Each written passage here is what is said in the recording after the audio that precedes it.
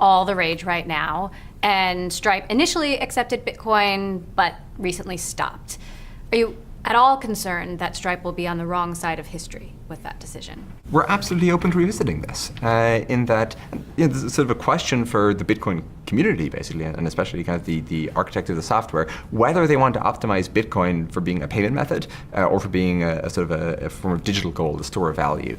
And sort of at the time we made that decision, it was trending towards being a digital store of value. I think that's a valuable thing to have exist in the world. I genuinely wish them the very best with that, right? It works less well for our use case. And this wasn't kind of so much like a decision where we wanted to be the arbiter. We're just looking at the data, and like it was declining rapidly in use as a payment method. If it starts increasing again as a payment method, then sure, great. We'll go back and we'll add it. So Bitcoin, cryptocurrency.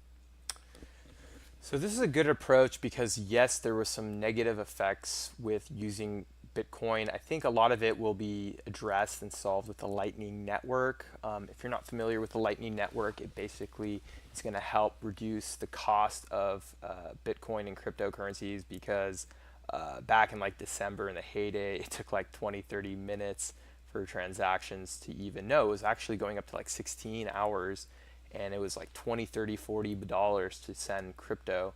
And once we got the Lightning Network going, prices have been going down, and you look at some other currencies like Bitcoin Cash or Litecoin, where it's less than a cent to send.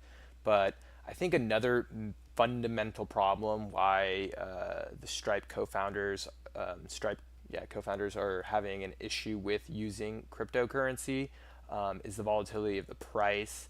And that's why, if you've watched some of my other videos, I've brought this up, but there's going to be asset-based security or commodity-backed tokens, and that can then be priced on things that are a little less volatile. Now, all commodities have some fluctuation, but I'm very confident in the future there will be cryptos that their entire purpose is just to have a stable price and not have the volatility.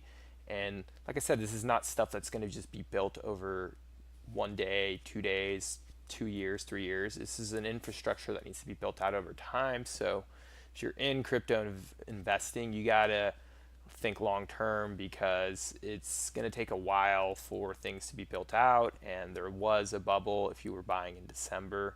So just realize that it's going to take a little bit more time for things to develop and to structure in the right way.